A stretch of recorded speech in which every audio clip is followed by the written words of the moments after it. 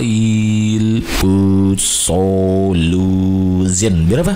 Iya betul, biar inspirasi gitu kan ya. Soalnya kayak gini kita baca bareng-bareng ya. Orang yang akan pensiun tidak perlu stres. Pensiun ini bukan pendiun ya, salah ngetik. Siapa yang ngetik? Mang Aki ya, berarti salah. Gitu ya. Pensiun berarti tidak bekerja, iyalah tidak bekerja, tetapi mendapatkan gaji. Enak ya.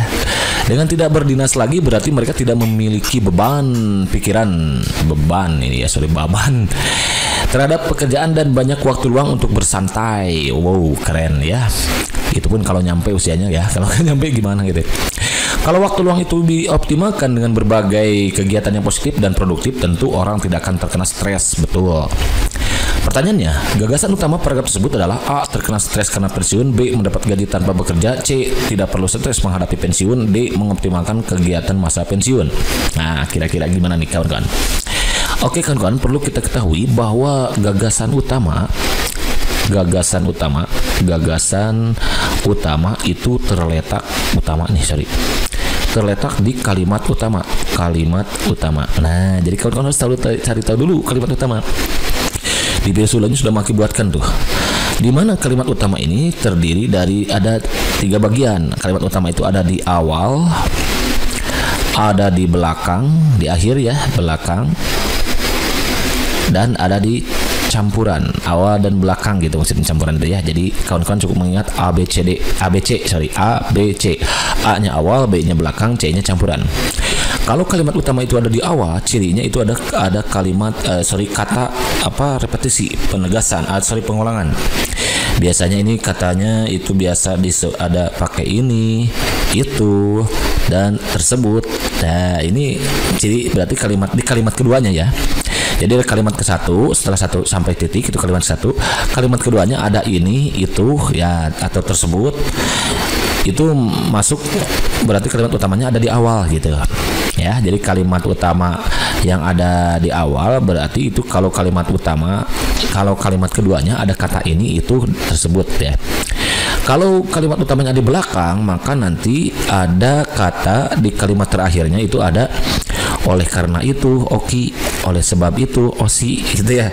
Jadi kalimat itu atau dengan demikian dede gitu ya. Jadi kawan-kawan cukup cek kalau ada kata oki, osi, dede, berarti itu kalimat utamanya ada di belakang.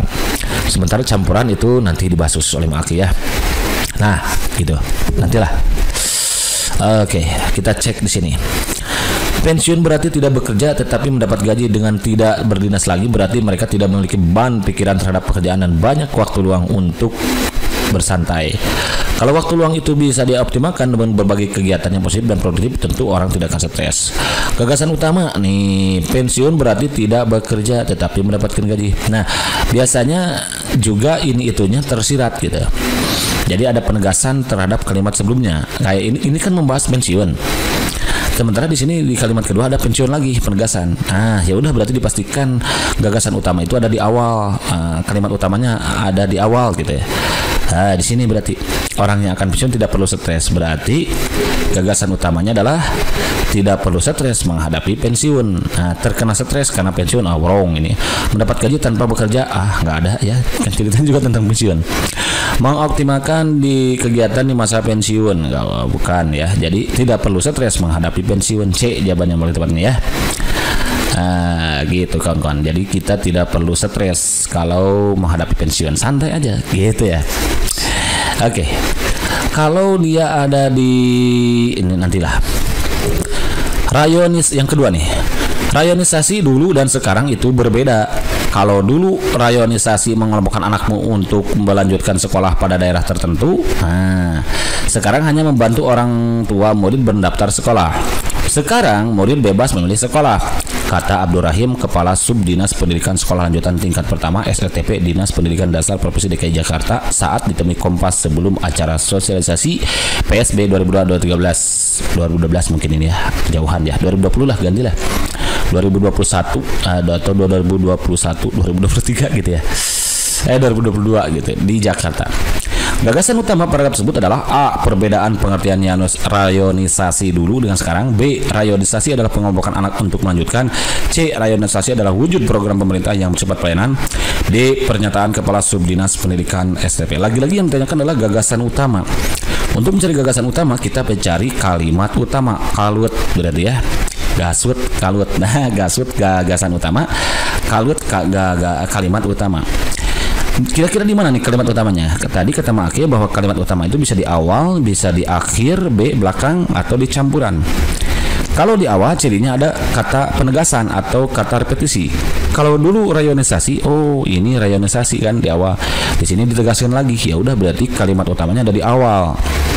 Berarti rayonisasi dulu dan sekarang itu berbeda. Ada di sini nih. Nah, kalimat utamanya. Cek di option perbedaan pengertian rayonisasi dulu dan sekarang. Rayonisasi pengelompokan anak untuk melanjutkan, salah. Rayonisasi adalah wujud program pemerintah yang bersifat pelayanan, wrong. Pernyataan Kepala wrong. Berarti ini ya.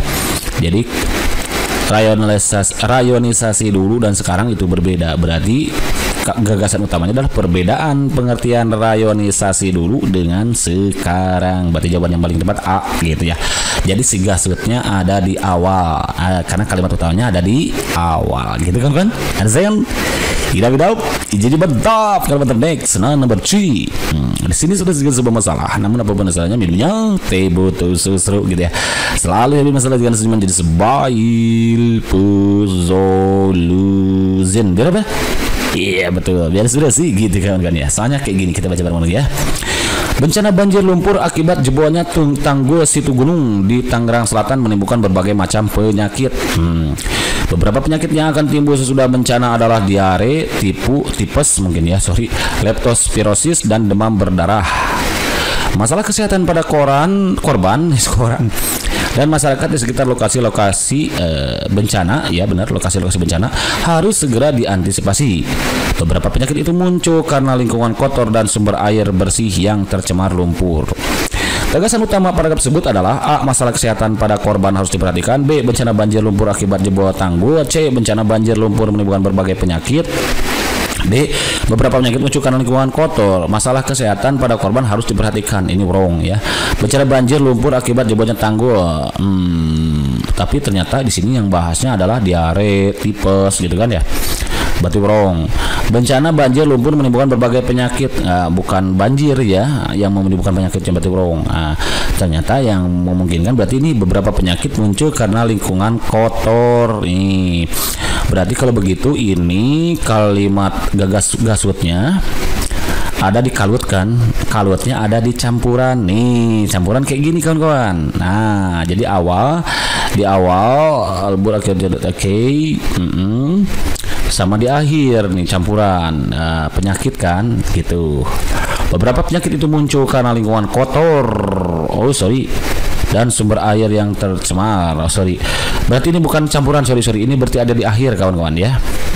Beberapa penyakit itu muncul karena lingkungan kotor dan sumber air bersih yang tercemar. Jadi cirinya ada di akhir, gasut itu ada di kalut. Kan gitu ya. Kalut itu ada di awal, ada di belakang, ada di campuran. Kalau yang di awal tadi katanya ada penegasan ya, bisa ada ini, itu, tersebut ya, ada yang tersirat dan tersurat. Kalau tersurat berarti kayak ada kata ini, itu, dan tersebut. Kalau tersurat berarti kalau tersirat gitu ya, kalau tersirat kayak ada penegasan gitu. Kalau di belakang itu ada kalimat oki dan dede kan, dengan demikian. Atau bisa juga kalau di belakang itu berupa simpulan, jadi ada simpulan. Jadi si oki dan dedenya tersirat, kayak gini nih.